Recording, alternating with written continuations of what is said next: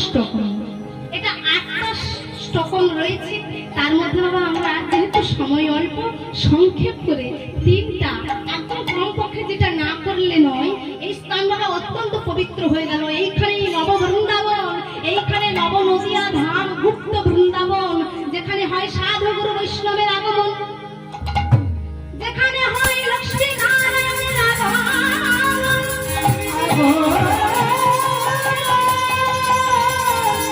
যেখানে হয় ভক্তি,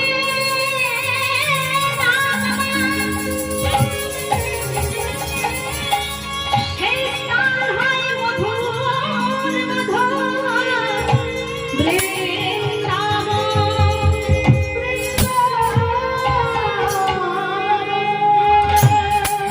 সাধুগুরু বৈষ্ণবের আগমন, শ্রীফল করতালির আগমন। বাবা আপনার ইচ্ছা থাকলে, আপনার যদি ইচ্ছা থাকে, আপনি ইচ্ছা অনুসারে কিন্তু এই শ্রীফলকে নিয়ে আসতে পারবেন না।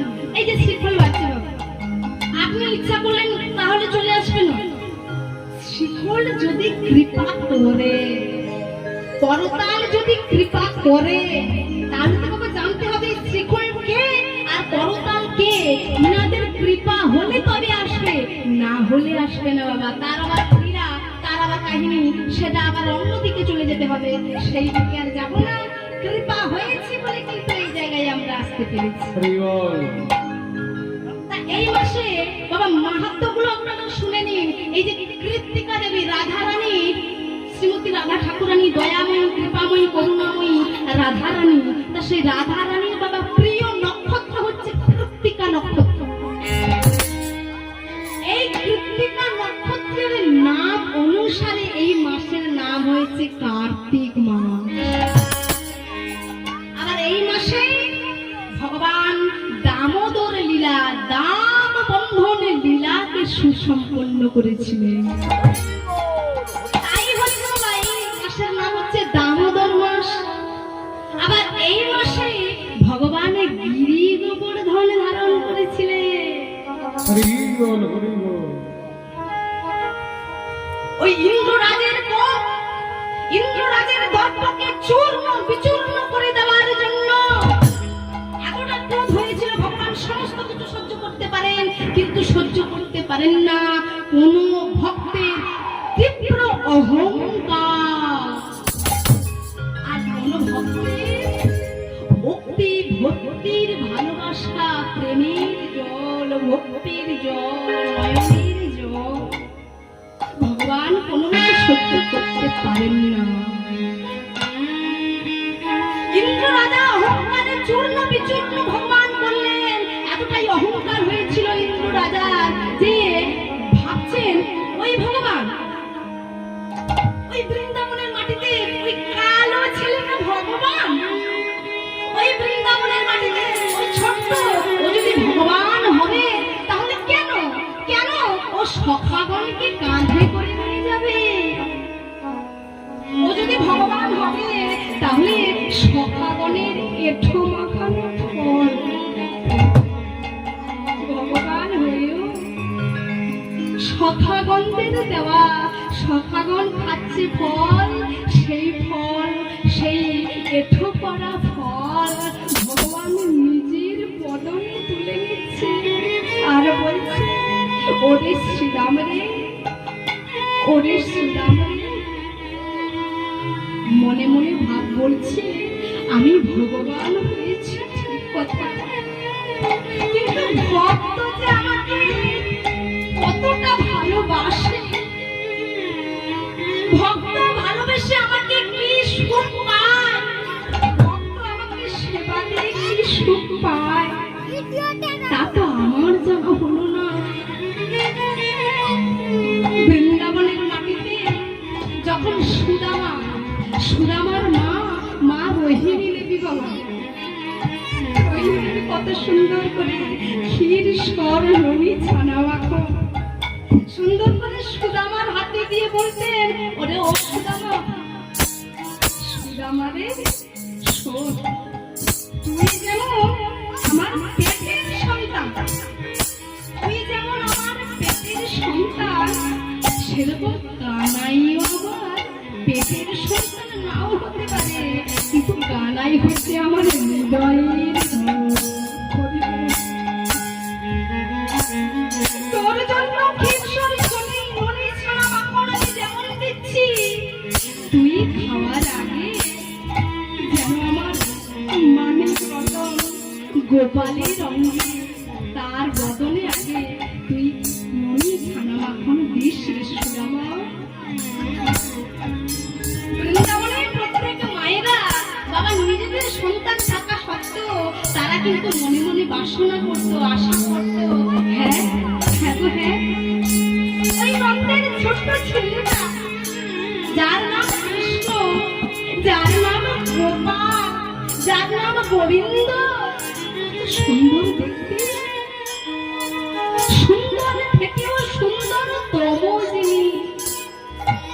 নিজেদের আমাদের প্রত্যেকের ছেলে আছে, কিন্তু হ্যাঁ হ্যাঁ গো হ্যাঁ আমাদের নিজেদের ছেলে প্রত্যেকের থাকলেও ওই ছেলেগুলোকে রেখে যখন একবার আমরা গোপালের নয়নে নয়ন দিলাম আমাদের হৃদয়টা বড় কেঁপে উঠে। মনে মনে ভাবি হ্যাঁ রে গোপাল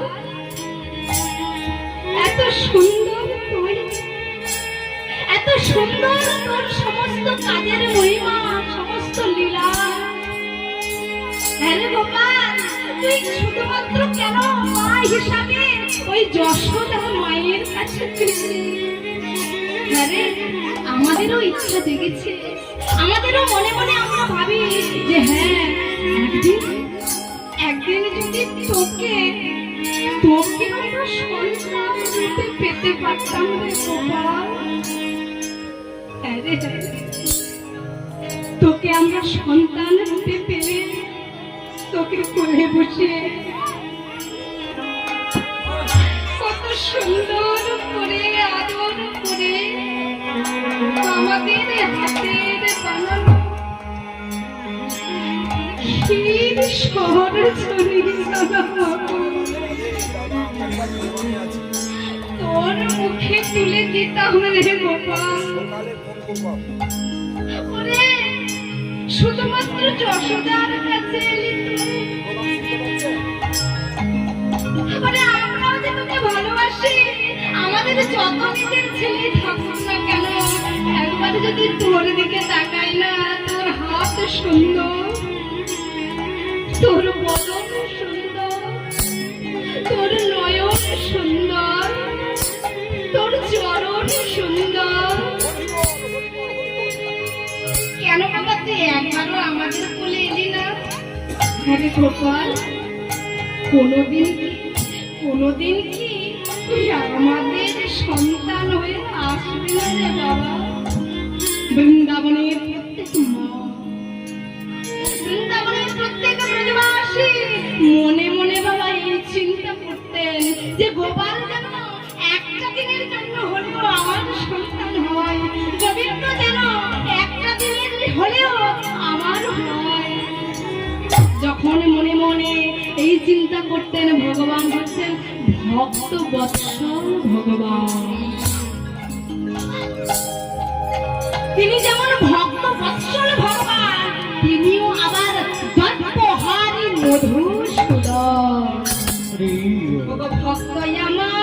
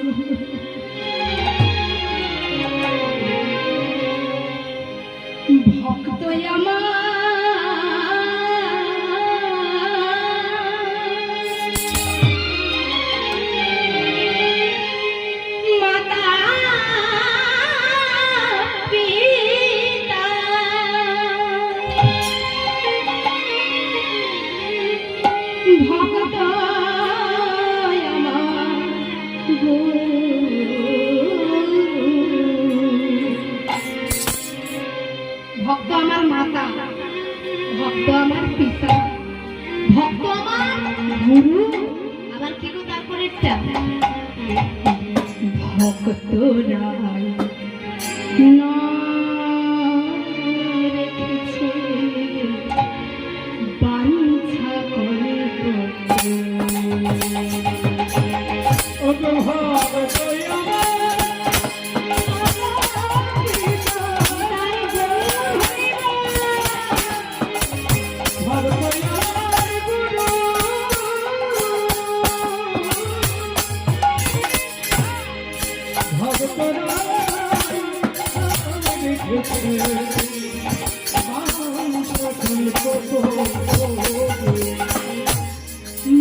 ভক্তরা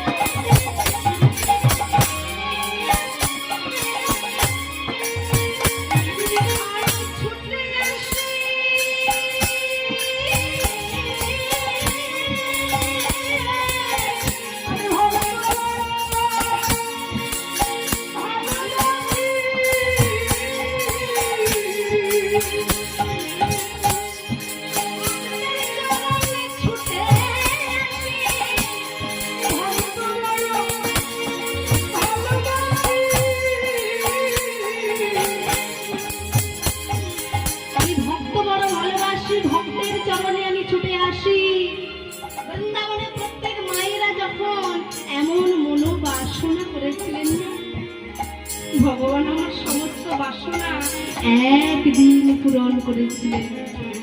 কোন দিন বলুন তো মায়েরা? যেদিন ভগবান বৃন্দাবনে ব্রহ্মমোহন লীলা করেছিলেন।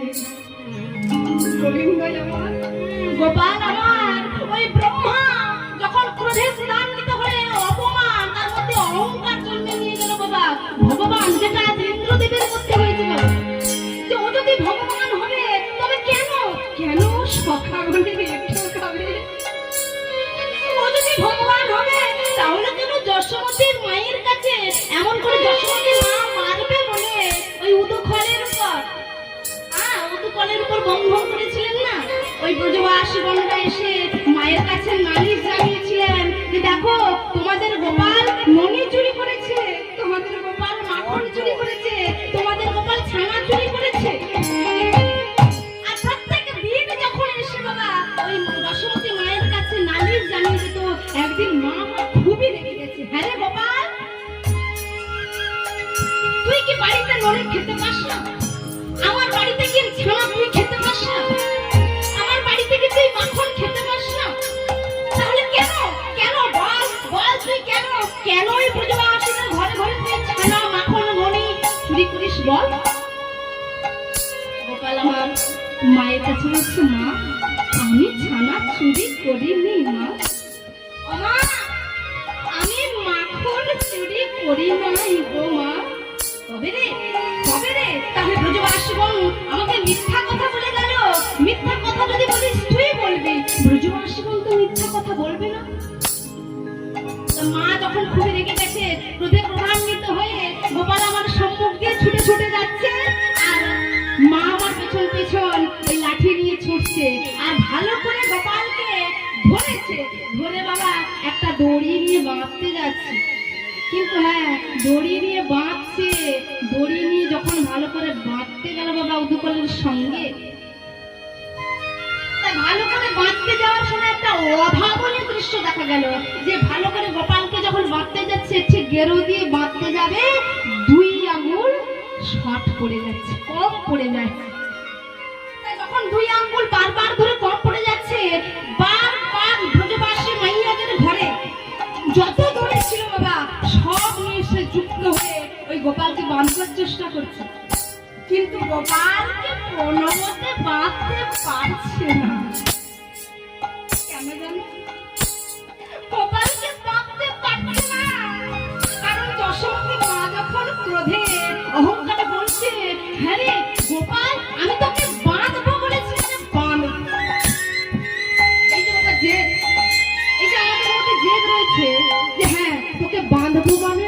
পারবো। ভগবান বললেন না না না না না, জেদের বসে আমাকে পাওয়া যায় না,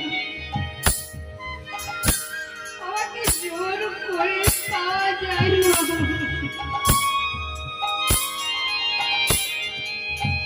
জোর করে আমাকে পাওয়া যায় না, জোর করে আমাকে পেতে হয়।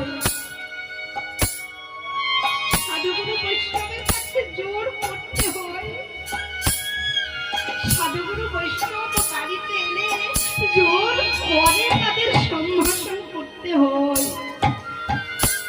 কেন জানে? যেমন ভাঙনে ভরিলে নদী, পুমান বাতাস বয়ে যদি তরঙ্গ হয় নিরবধি, দর্শনে হয় ভয়। সেই তরঙ্গের তরি খুলে ঢেউয়ের দুরাই দুলে দুলে পাকা মাঝে সুকৌশলে ওপারেতে যায়।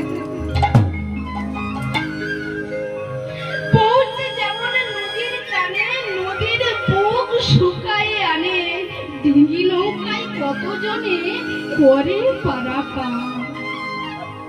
মাঝি কেমন বুঝতে হলে নদী যখন উঠে ফুলে, তরঙ্গের হার ঠিক থাকলে কেরামতি তার।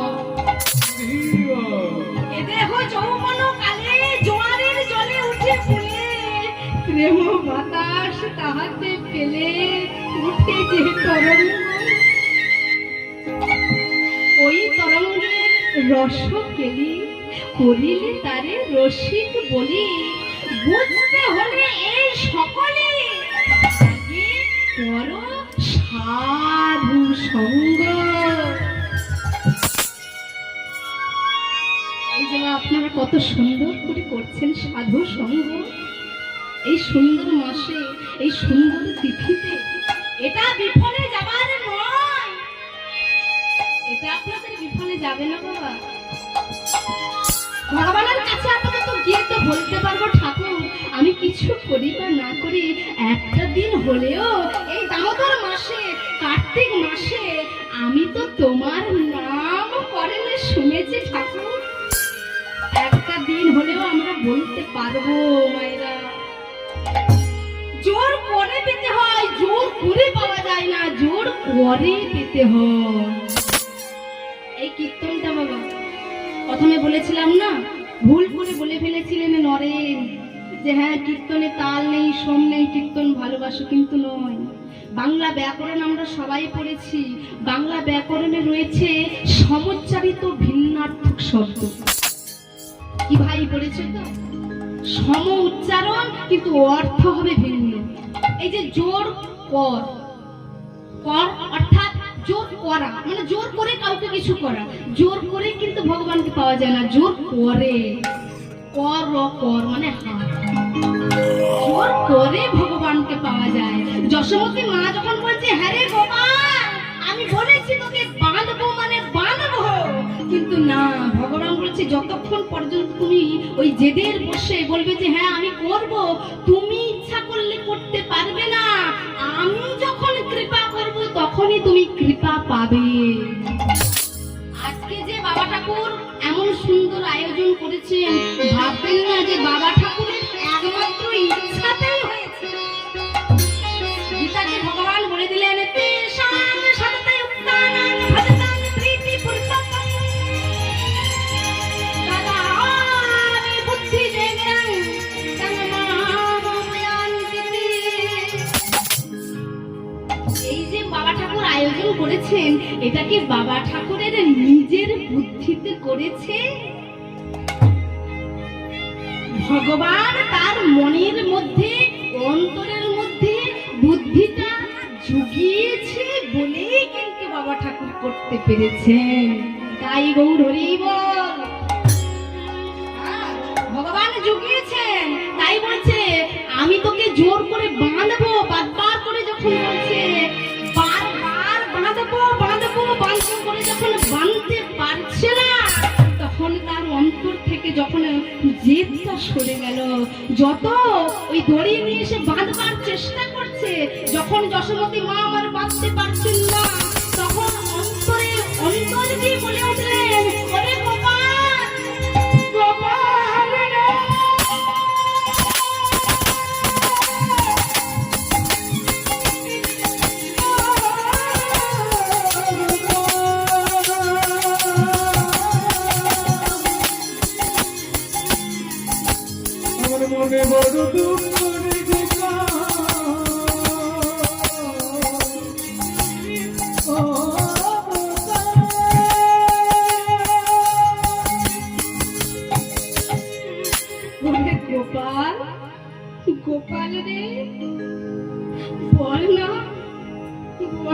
গোপাল, আমি কি তোকে পারতে পারবো না গোপাল? আমি কি তোকে আর কোনোদিন পারতে পারবো না রে গোপাল? মা যখন অন্তরের মধ্যে কেঁদে কেঁদে এমন কথা বলছে, অন্তর্যামী গোবিন্দ আমার সকলের অন্তরের কথা সবার আগে বুঝতে পারে, সকলের অন্তরের মধ্যে অন্তর্যামী রূপে তিনি বিরাজ করেন। মা যখন মনের কথা বললেন, ওরে গোপাল, আমি কি তোকে পারতে পারবো না বল? দুটো বস্তু, এক হচ্ছে ভক্তের ভক্তি, আর হচ্ছে ভগবানের কৃপা। ভক্তের ভক্তিটা যদি সঠিক হয়, ভক্তের ভক্তিটা যদি 100% প্রগাঢ়, 100% গ্যারান্টি যুক্ত হয়, ভগবানের কৃপা আপনার উপর হবেই হবে বাবা। সমস্ত কিছু যখন তার চরণে নিবেদন করে দিলেন, একদম আত্মসমর্পণ করে দিলেন, নববিধা ভক্তির মধ্যে একদম শেষ ভক্তি হচ্ছে আত্মনিবেদন। এই আত্মনিবেদনটা যখন করে দিলেন না, তখন ভগবান আর থাকতে পারলেন না, ওই কৃপাটা ভগবান করলেন।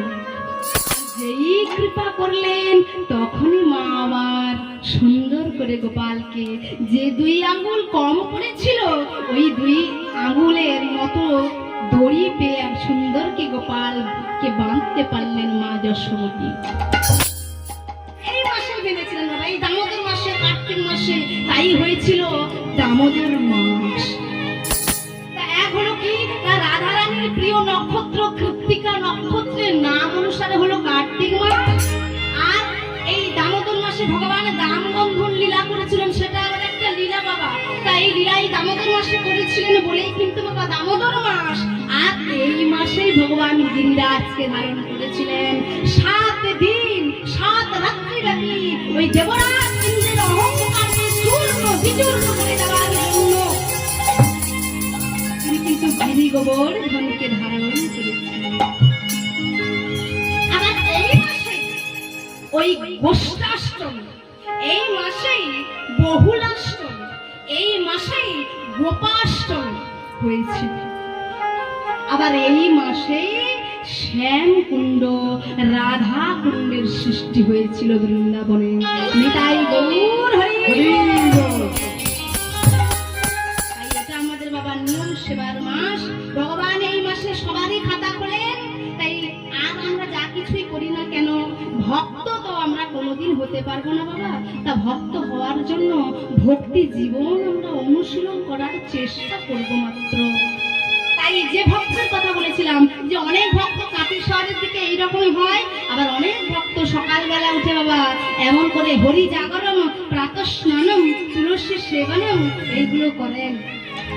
তা আজকে সনাতন দাস লীলার মধ্যে সেই সনাতন দাসও কিন্তু বাবা এমন ভক্ত, এত তার ভক্তি যে সে কিন্তু ভগবানকে সেবা না দেওয়া পর্যন্ত নিজে জলও পর্যন্ত গ্রহণ করেননি। তার ঘরে এলো ছোট্ট সন্তান, নাম দিল তার ভগবানের নাম অনুসারে মাধব। বাবা অপরাধ নেবেন না মায়েরা, বলছি বলে। এই যে নাম, আজকালকার দিনে আমরা সবাই মিলে যে ছেলে মেয়ের ছোট্ট ছোট্ট সন্তানের নাম দিই, তাই না? হ্যাঁ, গর্ভে আসতে হচ্ছে না, গর্ভে এসে গেছে সন্তান, জানতে পেরে গেছি, তখনই বাবা আমাদের মনের মধ্যে নাম ঠিক হয়ে গেছে। কেমন ভাবে? ওই সিরিয়াল দেখে দেখে সিরিয়ালের বাবাই সাপাই, বাপ আয়, সাপ আয়, পল্টু মন্টু ফুলটু। আগেকার দিনে বাবা ঠাকুরেরা মায়েরা নামের মধ্যেও তার মাহাত্ম্য রাখতেন, ভগবানের নাম অনুসারে নাম দিতেন। কেন জানেন? ওই সারা দিনের মধ্যে সংসারে 24টা ঘন্টার মধ্যে সংসারের কাজ নিয়ে আমরা ব্যস্ত থাকতে পারি, কিন্তু ওই সংসারের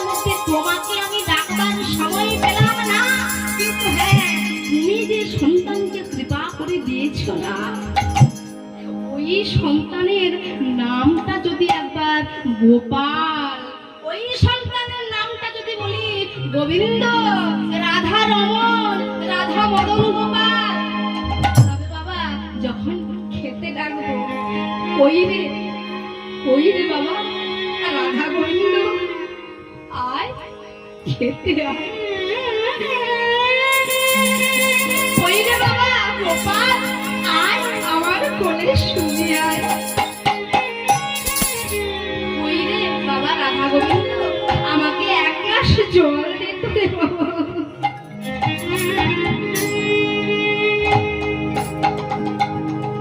সারাদিন ডাকার সময় পেলাম না, কিন্তু ওই সন্তানকে ডাকার ছলা করি ভগবানের নাম সারা দিনের মধ্যে একবার তো আপাতত উচ্চারণ করতে পারবো বাবা। সন্তানকে ডাকার ছলে কিন্তু আমার ভগবানকে ডাকা হয়ে যাচ্ছে।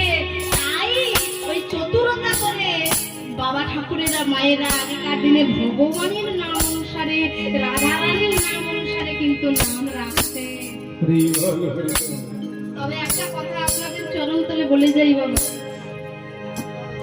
এই যে আমাকে আপনারা সবাই মিলে এই কীর্তনের আসরে দাঁড়িয়ে কীর্তন করতে দেখছেন, আপনাদের চরণ ধুলি, সাধুগুরু বৈষ্ণবের চরণ ধুলি আমি অত্যন্ত অল্প বয়সে লাভ করতে পারলাম।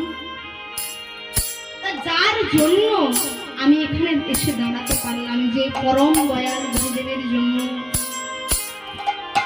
গুরু কৃপা না হলে, গুরু কৃপা হি কেবলম, গুরু কৃপা না হলে কোনোদিন এগুলো হয় না বাবা। যার জন্য আমি আসতে পারলাম, যেই আমাকে দাঁড় করালো এই জায়গায় কীর্তন করার জন্য, হরি কথা বলার জন্য, তিনি আর অন্য কেউ নয়। এই যে বাম পাশে যিনি এতক্ষণ ডান দিকে শ্রীক্ষণে সঙ্গত করেছিলেন, একটু অসুবিধার কারণে তিনি বাম দিকে বসেছেন, যিনি বসেছেন তিনি হচ্ছেন আমার বাবা জন্মদাতা কার্তিক চন্দ্র দাস অধিকারী মহাশয়।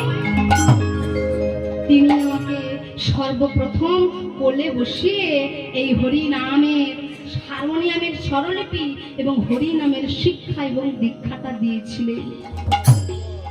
বাবা আমার বড় আনন্দ করে, বড় আশা নিয়ে নাম রেখেছেন বাবা দুর্গা বলে। কদিন আগে মায়ের পুজো চলে গেল, মা জগৎ জননী, মা দয়াময়ী, মা কৃপাময়ী। সবাই আমরা বাঙালি জাতি, মায়ের সেবায় ব্রতী হলাম। যে দুর্গা মায়ের পুজো করার জন্য স্বয়ং রামচন্দ্রকে পর্যন্ত দিশেহারা হতে হয়েছিল,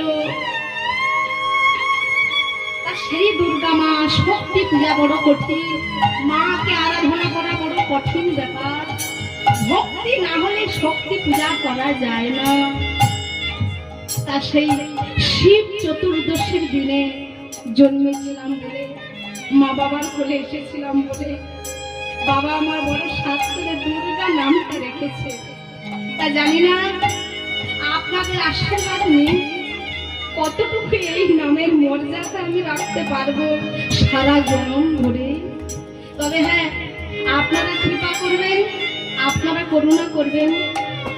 যে প্রথম জন্মদাতা এবং প্রথম গুরুদেব আমার বাবা কার্তিক চন্দ্র দাস অধিকারী মহাশয় আমাকে কৃপা করেছেন, এই জায়গায় দাঁড় করিয়েছেন এই কীর্তনটাকে, যাতে আপনাদের সম্মুখে সুন্দরভাবে পরিবেশন করি। তার জন্য নিজেই তো শিক্ষা দিয়েছেন, তার উপরে আরেকজন যিনি আমার জ্যাঠামশাই, তিনিও কীর্তন গান করতেন, তার নাম হচ্ছে গোবিন্দ গোপাল দাস অধিকারী মহাশয়। আপনারা অনেকেই চিনতে পারবেন, তিনার কাছেও কীর্তন শিখিয়েছিলেন কিছুদিন ব্যাপী। তারপরে আবার এই বাবা অনেক সংগ্রাম করে নিয়ে গেছেন কীর্তন জগতের উজ্জ্বল নক্ষত্র এখনকার দিনে, যিনি হলেন কীর্তন সম্রাট সুমন ভট্টাচার্যজি। আপনারা জানেন, সবাই মিলে নেটে সার্চ করে পারেন, যারা কীর্তন শোনেন জানেন যে সেই কীর্তন সম্রাট সুমন ভট্টাচার্যজির মেজ দাদা পণ্ডিত অনিল কুমার ভট্টাচার্য, তার কাছে এই সুন্দর লীলা কথা, হরি কথা, লীলা কীর্তন শেখাবার জন্য বাবা আমার সেই পর্যন্ত নিয়ে গেছেন। জানি না কতটুকু আপনাদের সেই গুরুদেবের দেওয়া শোনা কথা, গুরুদেবের দেওয়া লিখিত কথা, ভগবানের লীলা কথা আপনাদের সম্মুখে তুলে ধরতে পারছি। আপনারা আশীর্বাদ করবেন, কৃপা করবেন, যেন জীবনের শেষ দিন পর্যন্ত এই হরি নামের মধ্য দিয়ে আপনাদের